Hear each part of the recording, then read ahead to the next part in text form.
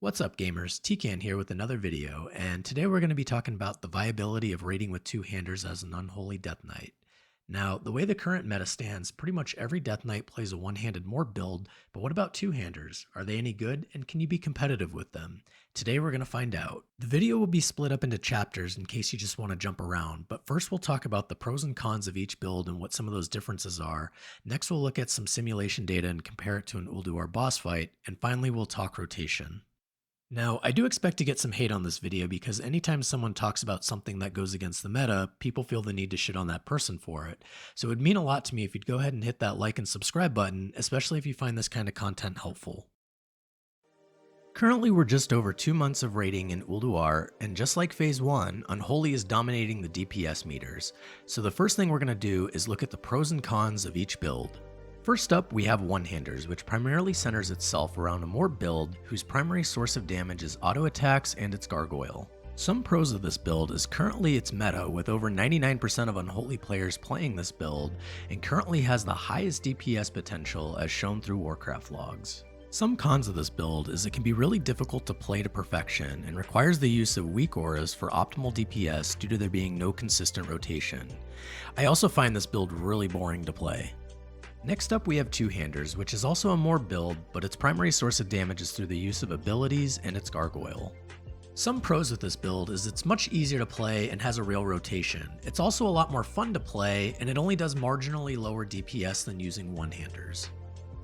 Lastly, some of the cons for the two-hander build is it's not currently meta and probably won't be until ICC.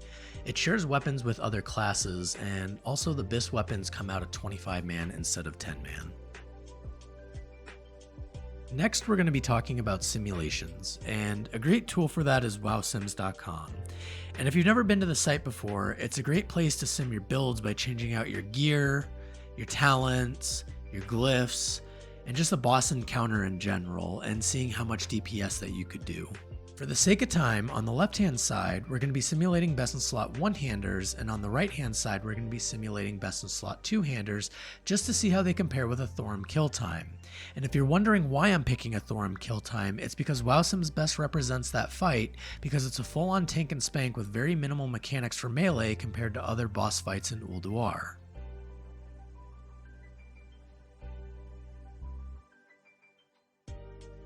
Now, I'm sure everyone who uses one-handers is rejoicing at the fact that their class simmed 500 DPS higher and saying I told you so, but here's the thing, these are only sims and not actually what happens in a raiding scenario. To prove that WoW Sims doesn't really reflect one-hander DPS well, I've gone ahead and picked the king of unholy death knights himself, Sarth, and compared it to my best DPS on Thorim, and here were the results. Now on the left-hand side, we have Sarth's loadout, and on the right-hand side, we have my character with a two-hander. And as you can see, it says for the one-handers, you should be doing about 11k DPS, but if we look at the log, it says he's only doing about 10.1k DPS. For my two-handed log, it says I should be doing about 10.3k DPS, and if I change the kill timer to the same time frame, you can see that we get about 10.1k DPS.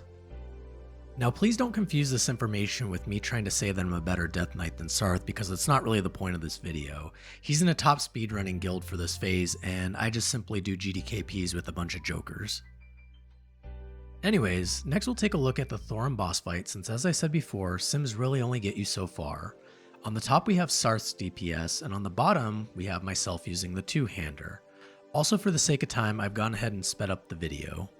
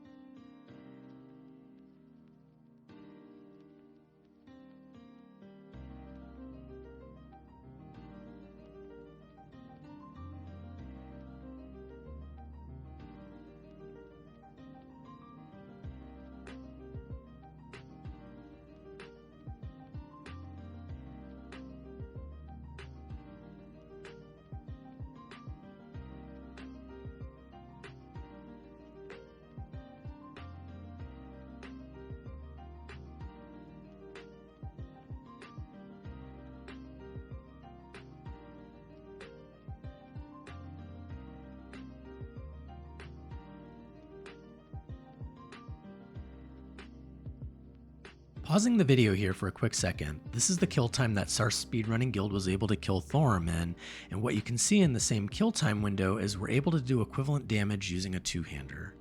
Now, obviously you can interpret this information however you'd like and say that he killed the boss faster, but the point of this is just to compare two people with similar gear using one-handers and two-handers and show that when all other factors are the same, they can do close to equivalent damage.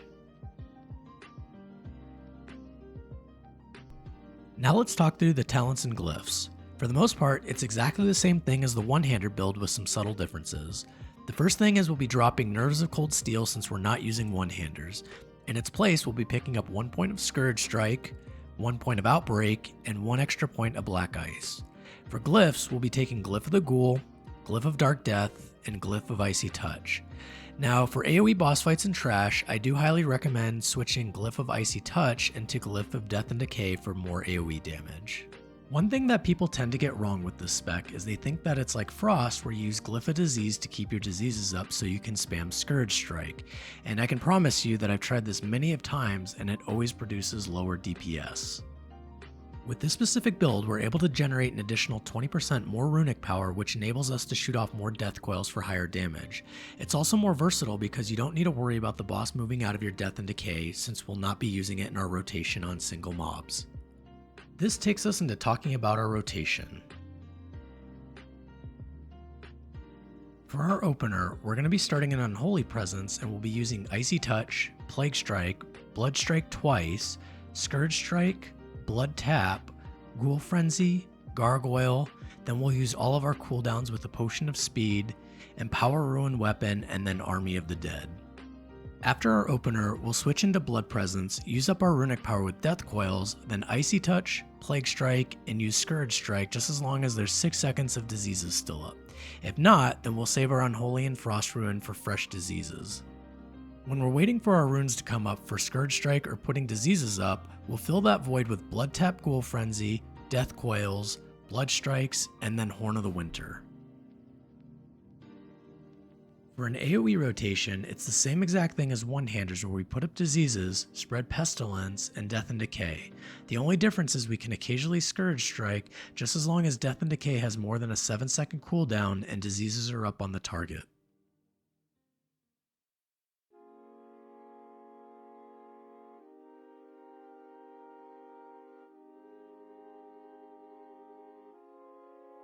My final comments about this spec is if you're in a competitive guild or a speedrunning guild, then this spec is probably not for you. But if you're just the average player looking for an easier build to play, then it's worth giving a chance. Anyways, that's going to do it for me. Let me know in the comments section what you guys think. Is this something you'd give a shot, or is it just not worth the time? Peace.